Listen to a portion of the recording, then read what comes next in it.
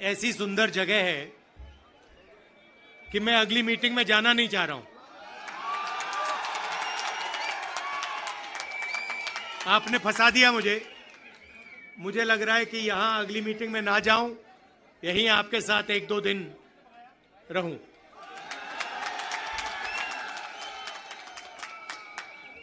आप सबका यहां दिल से स्वागत करता हूं। आपसे मैं दो तीन चीजें कहना चाहता हूं।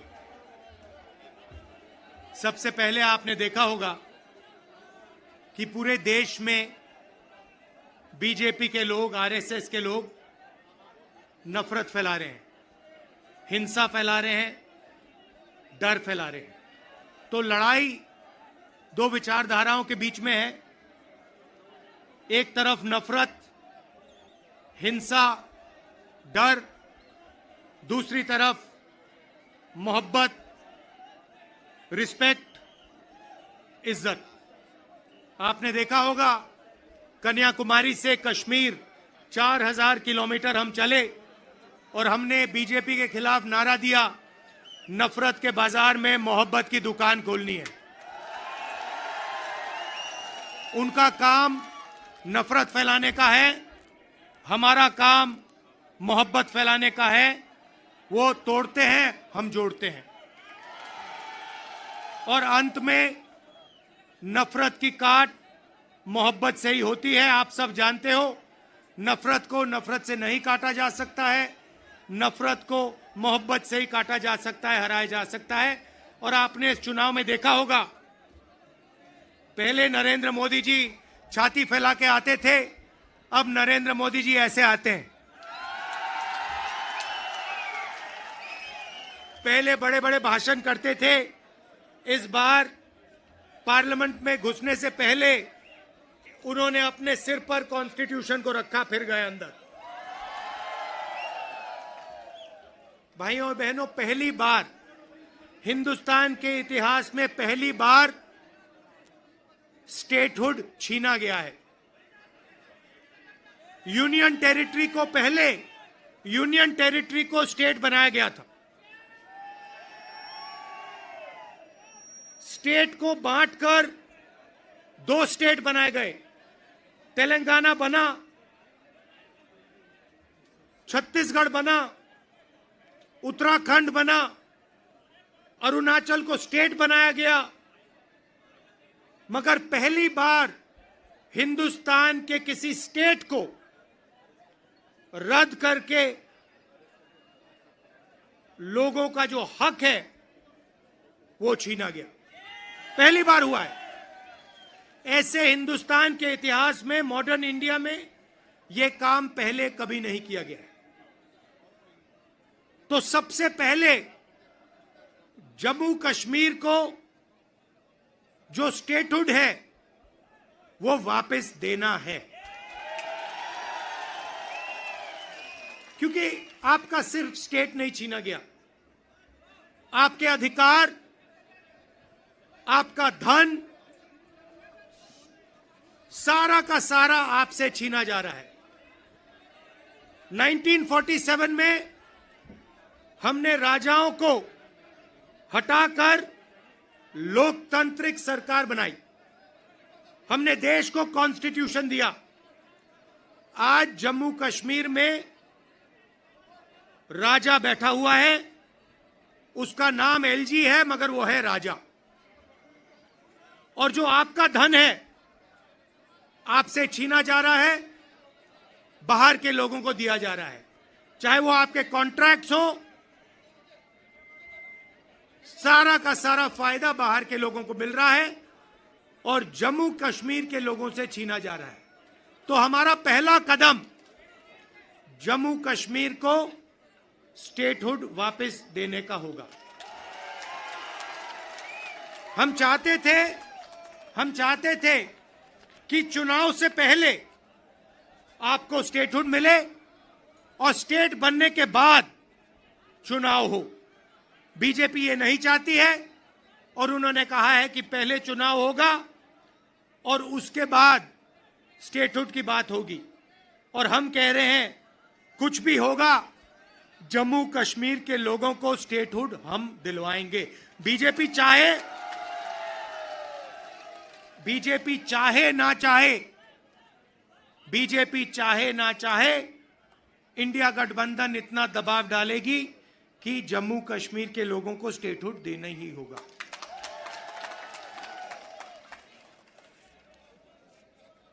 यहां पे हम सब जानते हैं कि बिजली के प्रोजेक्ट्स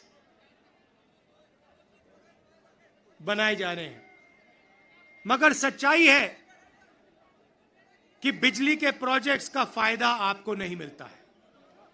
कहा गया है कि प्रोजेक्ट के 5 किलोमीटर रेडियस में आप लोगों को बिजली मिलेगी, फ्री में बिजली मिलेगी, मगर वो नहीं हो रहा है। और बिजली के प्रोजेक्ट्स का फायदा आप लोगों को मिलना चाहिए।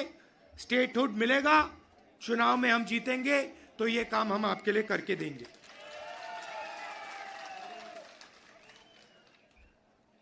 आप देश के लोगों को बिजली दे रहे हो और आपके जेब में से बिजली का पैसा लिया जा रहा है, छीना जा रहा है, ज्यादा रेट देते हो आप।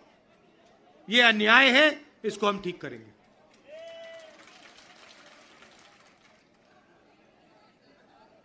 भाइयों और बहनों, पूरे देश में नरेंद्र मोदी जी ने बेरोजगारी फैलाई है। पता नहीं आपने अदानी जी का नाम सुना है? सुना है? हां, मोदी जी के मित्र हैं। पार्लियामेंट में मुझे कहा, आप देखिए, पार्लियामेंट में मुझे कहा कि पार्लियामेंट में मैं अदानी और अंबानी का नाम नहीं ले सकता। तो मैंने कहा ठीक है, नाम नहीं ले सकता तो कुछ तो कहना पड़ेगा। तो A1 A2 नाम दिया मैंने उनको। हम दो, हमारे दो, नरेंद्र मोदी, अमित शाह, अंबानी, अदानी, इनकी सरकार चल रही है। और अगर कोई छोटा काम करता है, मजदूरी करता है, छोटा बिजनेस चलाता है, होटल चलाता है, टूरिज्म का बिजनेस चलाता है, तो उसके लिए नरेंद्र मोदी जी GST लाते हैं, नोटबंदी कराते हैं और बैंक के दरवाजे बंद कर देते हैं। और पूरी की पूरी सरकार इन 2 अरबपतियों के लिए चलाई जा रही है। ये मैं आपको कहता हूं कि अगर आप देखेंगे तो ये जो आपसे स्टेटहुड छीना गया है, इसका भी लक्ष्य उन्हीं 2 अरबपतियों की मदद करने का है। और जम्मू कश्मीर के जो लोग हैं, जो व्यापारी हैं, जो इस प्रदेश को, इस देश को रोजगार देते हैं, चाहे वो टूरिज्म की बात हो, हैंडीक्राफ्ट्स की बात हो, उन सब को ये दबा कर रखते हैं। जो हालत देश में है, उससे खराब हालत जम्मू कश्मीर में है। देश से ज्यादा बेरोजगारी यहां जम्मू कश्मीर में। और ये उल्टी सीधी बात करते हैं। कभी नरेंद्र मोदी समुद्र के नीचे चले जाते हैं, कभी हवाई जहाज में उड़ते हैं, कभी किसी नेता से गले लग जाते हैं, मगर बेरोजगारी के बारे में इन्होंने कुछ नहीं किया है।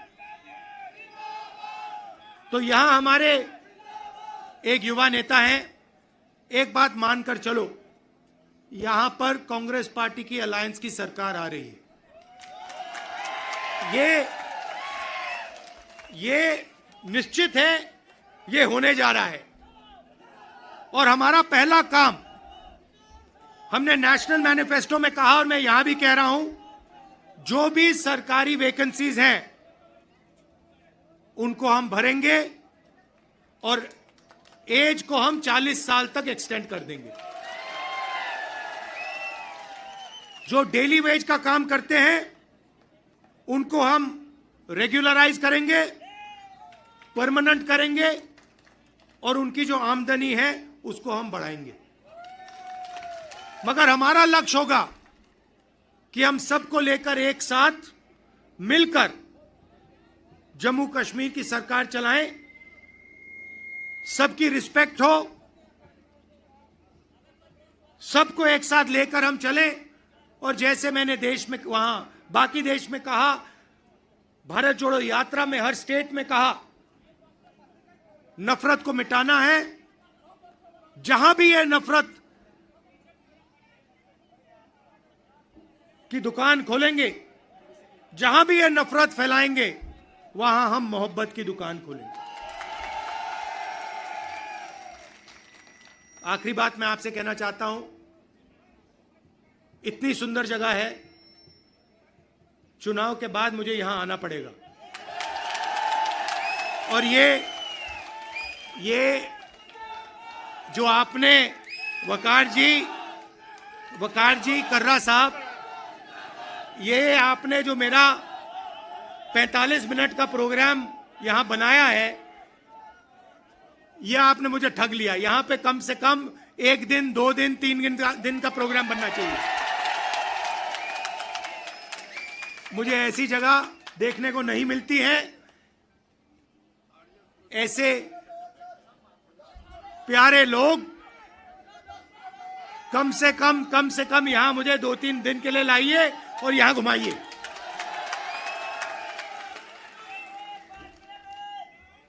पांच मिनट, 10 मिनट, जितना चाहते हो, कोई प्रॉब्लम नहीं है। हाँ, तो आपने देखा होगा, पहले कहा कि नरेंद्र मोदी को, बीजेपी को कोई हरा नहीं सकता। नरेंद्र मोदी जी कहते हैं, भैया मेरी डायरेक्ट लाइन है, भगवान से मैं डायरेक्ट बात करता हूं। और वो भी देश की मीडिया को बोल रहे हैं। अगर कांग्रेस पार्टी का कोई आए मेरे पास, जैसे कर्रा साहब आए या वकार आए और कहें कि भैया मैं डायरेक्टली भगवान से बात करता हूं, मैं उन्हें कहूंगा भैया ऐसे करो, आप ये बात बाहर मत गलती से बोल देना, नुकसान हो जाएगा, लोग पता नहीं क्या कहेंगे। मगर नहीं, देश का प्रधानमंत्री जा सकता है, कह सकता है भैया मैं नॉन बायोलॉजिकल हूं, बाकी हिंदुस्तान बायोलॉजिकल है, बाकी हिंदुस्तान बायोलॉजिकली पैदा हुए, मैं नॉन बायोलॉजिकल हूं, मैं डायरेक्ट भगवान से बात करता हूं। और इस चुनाव में भगवान ने नरेंद्र मोदी को डायरेक्ट मैसेज दे दिया कि भैया आपको लगता है कि आप भगवान से बात करते हो, मगर भगवान आम जनता से बात करता है और भगवान आम जनता की राय को सुनकर काम करता है। तो हमने नरेंद्र मोदी को साइकोलॉजिकली उड़ा दिया है। मैं आपको बता रहा हूं, मैं पार्लियामेंट में बैठता हूं, उनके सामने पार्लियामेंट में बैठता हूं, पूरी कॉन्फिडेंस गायब हो गई उनकी। इंडिया गठबंधन खड़ा हो गया, एक साथ मिलकर हम लड़े, पूरी की पूरी कॉन्फिडेंस हिंदुस्तान के प्रधानमंत्री की गायब हो गई है। आप मुझे बताओ, आप देखो, उन्होंने पहले कहा कि जाति जनगणना नहीं होगा, हमने कहा जाति जनगणना होगा। अब आरएसएस के लोग कह रहे हैं भैया जाति जनगणना सही बात है। फिर वो उन्होंने कहा कि हम लैटरल एंट्री से बाहर के लोगों को सरकार में लाना चाहते हैं। हमने कहा ऐसे नहीं होगा। पार्लियामेंट में बात उठाई, थोड़ा सा दबाव डाला, बीजेपी के लोग कहते हैं नहीं भैया लैटरल एंट्री नहीं होगी। तो अब एक बात समझ लो, अब नरेंद्र मोदी हिंदुस्तान की जनता से डरते हैं और अब बस थोड़ा सा समय बचा है, नरेंद्र मोदी, बीजेपी, इनको हम सरकार से हटा देंगे।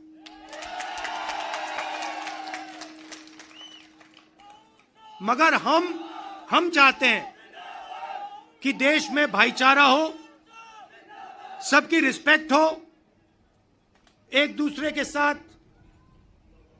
इज्जत से बात हो। जो कमजोर लोग हैं, चाहे वो किसान हैं, मजदूर हैं, छोटा बिजनेस चलाने वाले लोग हैं, उनको लगे कि इस देश में हमारी भी भागीदारी है, बैंक के दरवाजे हमारे लिए खुले हैं, कर्जा माफ हमारा भी होता है और सिर्फ देश 2-3 लोगों के लिए नहीं चलता है। ये हम चाहते हैं और यही काम हम जम्मू कश्मीर में शुरू करेंगे। और कुछ ही समय में आप देख लेना, यहां पे ये आप वकार जी यहां पे चुनकर जाएंगे, आप जिताओगे इनको, हमारी सरकार बनेगी और ये आपके लिए पूरे दिल से दम लगाकर आपके लिए काम करेंगे। वकार जी, ये आप मुझे एक वायदा करो कि यहां पे आप मुझे 1-2 दिन के लिए लाओगे और यहां के लोगों से मतलब अच्छी तरह, जैसे ऐसे नहीं मगर अच्छी तरह मिलाओगे। हाँ हाँ, गूल का एरिया, गूल और गूल के एरिया में मुझे वहां पे ले जाओगे। आप सबका दिल से बहुत बहुत धन्यवाद। आपने इतने प्यार से मेरा स्वागत किया। धन्यवाद, नमस्कार, जय हिंद। शुक्रिया।